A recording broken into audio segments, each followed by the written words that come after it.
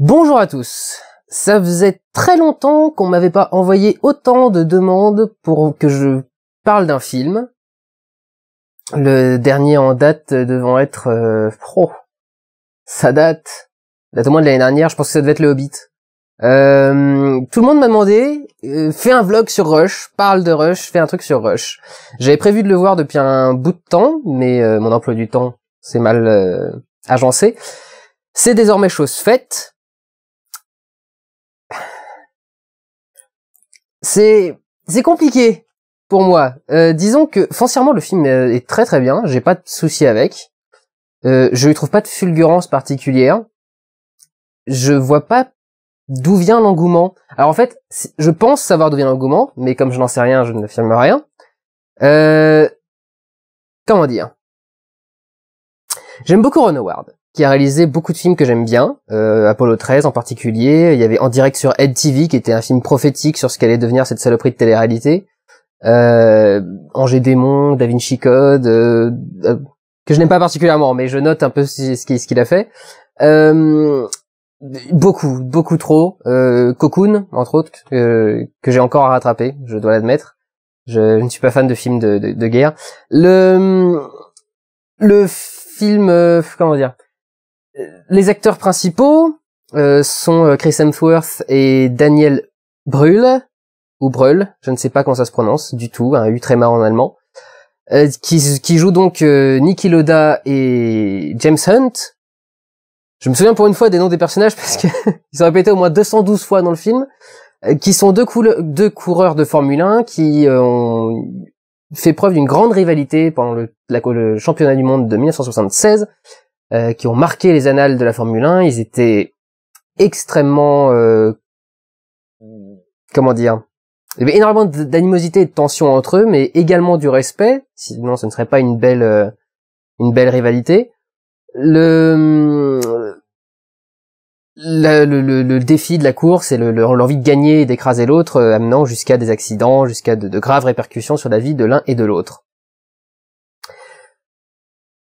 Donc il y a plein de choses que j'aime bien, il y a un scénario intéressant, qui n'est pas du tout une faiblesse du film, il est très bien réalisé.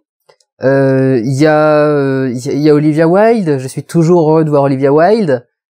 Il y a le cul de Chris Hemsworth, je suis toujours heureux de voir le cul de Chris Hemsworth. Il y a beaucoup de choses. Il y a Hans Zimmer à la musique. Alors pour le coup, la musique est totalement insipide. Hans Zimmer peut vraiment faire à la fois le meilleur et le plus neutre possible. Je dirais pas mauvais, mais neutre.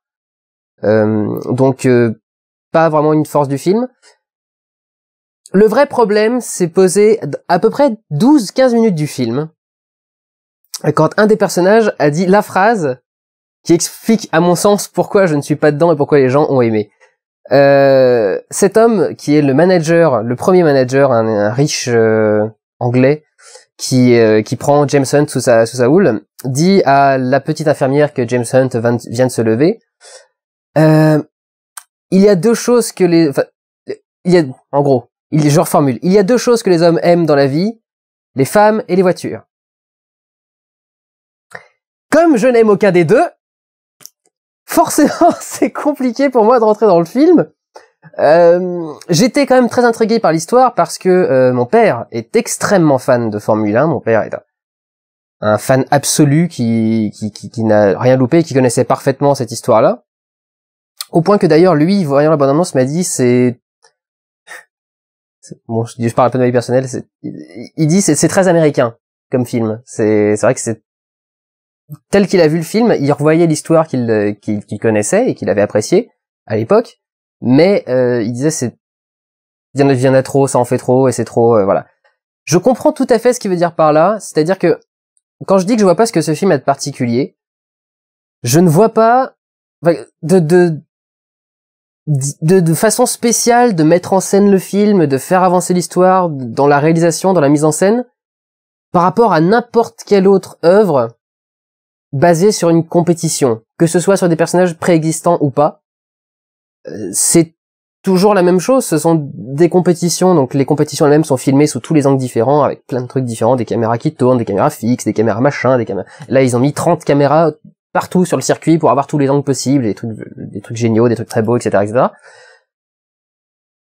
Et puis quand il y a une victoire, le public qui rapplique sur la piste, les gens qui portent les autres en triomphe, etc. Et cette façon d'avoir des caméras virevoltantes dans la foule ou au-dessus de la foule qui montrent une agitation, un truc qui grouille, etc. Comme dans n'importe quel autre film, les films de compétition qui gèrent ça vraiment très très bien sont comme par exemple Million Dollar Baby ou Fighter. Non, pas Fighter. Warrior. J'arrête pas de me gourer. Entre Warrior et Fighter, c'est bon, bref. Warrior, par exemple, il fait très bien. Fighter, peut-être aussi, mais je l'ai pas encore vu. Généralement, ils mettent moins l'accent sur ce côté grande victoire, acclamation du public, etc. Bon, Million Dollar Baby, il y a des raisons. Mais pour Warrior, par exemple, c'est... Comment dire, ils mettent beaucoup plus l'accent sur le côté incroyable de la rencontre. Dans Rush, par exemple, à beaucoup de moments de la course, on voit les commentateurs sportifs de toutes les nationalités qui sont en train de parler et qui sont en train de commenter la course, mais on cut très très vite. C'est genre, on les prend au milieu d'une phrase, on leur laisse même pas le temps de la terminer de toute façon, on cut à quelque chose d'autre pour avoir un truc rythmé qui a de la pêche et tout. Je mets ça en opposition, par exemple, mais je ne fais pas... Il y a encore des gens qui vont me dire, tu comptes par 3 à Warrior, genre, les thèmes sont les mêmes. Par exemple, dans Warrior, quand le combat de fin arrive, et que, parce que ça ne surprendra personne, c'est un spoiler de Polichinelle, au cas où baissez le son, je vous ferai un petit signe de main quand ce sera fini, et que les deux frangins arrivent en confrontation l'un avec l'autre, on a un moment où on voit les commentateurs sportifs en train de parler, ce qu'on a déjà vu plusieurs fois, et ils font des phrases complètes. Et la phrase se termine avec mesdames et messieurs, les deux compétiteurs pour le prix de champion du monde de free fight ou boxe, je sais plus exactement ce que c'est. Tout le monde me l'a dit dans les commentaires de la dernière vidéo, mais j'ai encore oublié. Sont des frères.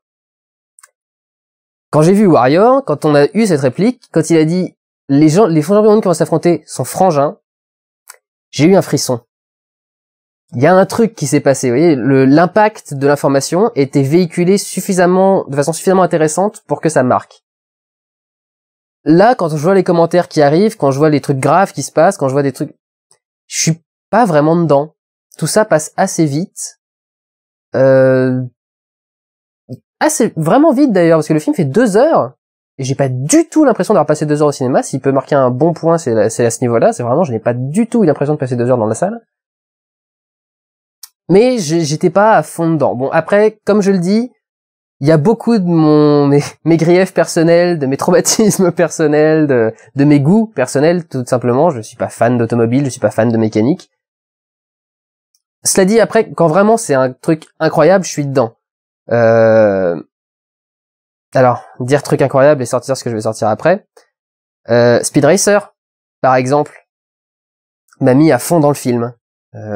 J'en parlerai sans doute un jour. Ne me posez pas la question.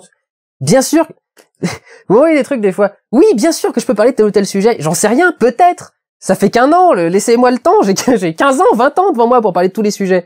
Bref, Speed Racer, par exemple, m'a vraiment mis dedans, et quand les courses de fin sont arrivées, quand les émotions avaient besoin d'être ressenties et d'être là, elles étaient là, et j'étais à fond dedans, et pourtant, c'était un truc super space. Bon, la mise en scène était tellement space que j'étais peut-être hypnotisé par la mise en scène plus que par ce qui se passait dedans. Mais Black Swan, par exemple, pour tout ce que la danse a d'antipathique pour moi, la danse ne me fait absolument rien, mais quand je dis rien, c'est rien à ressentir. Je ne comprends pas les enjeux de Nathalie Portman dans le film. Pour autant, je vois que c'est un grand film, je vois que c'est un chef-d'œuvre, et je prends énormément de plaisir à le regarder.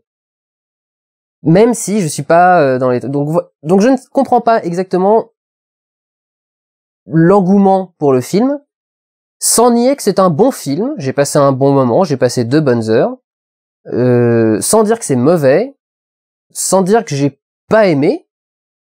J'ai apprécié, mais je vois pas où est je vois pas pourquoi tout le monde en fait un fromage, et je ne vois pas ce que ça a de grandiose dans la réalisation, de la mise en scène. J'ai noté un effet de mise en scène qui était intéressant.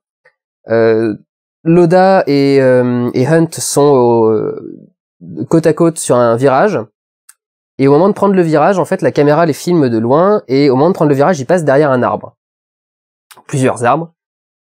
et on a comme ça 2, 3, 4 secondes d'incertitude, et au bout de 5 secondes, les deux voitures ressortent, et là on voit que ils se sont dépassés dans la courbe.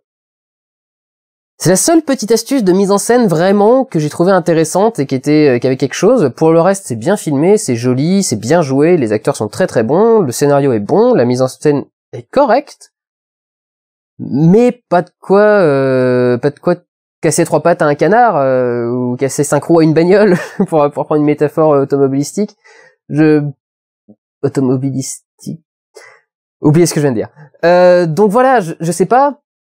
J'ai pas d'explication et je suis pas en train de dire que c'est mauvais, très loin de là. Je suis pas en train de dire que c'est insipide ou quoi que ce soit. Je suis pas sensible au charme du truc. Je comprends qu'il y en ait qui puissent l'être, mais peut-être pas au point d'avoir toutes les demandes que j'ai reçues jusque-là. C'est peut-être un peu là qu'est ma surprise. En dehors de ça, c'est un bon film. Voilà. Prenez soin de vous, allez voir des films. Ciao.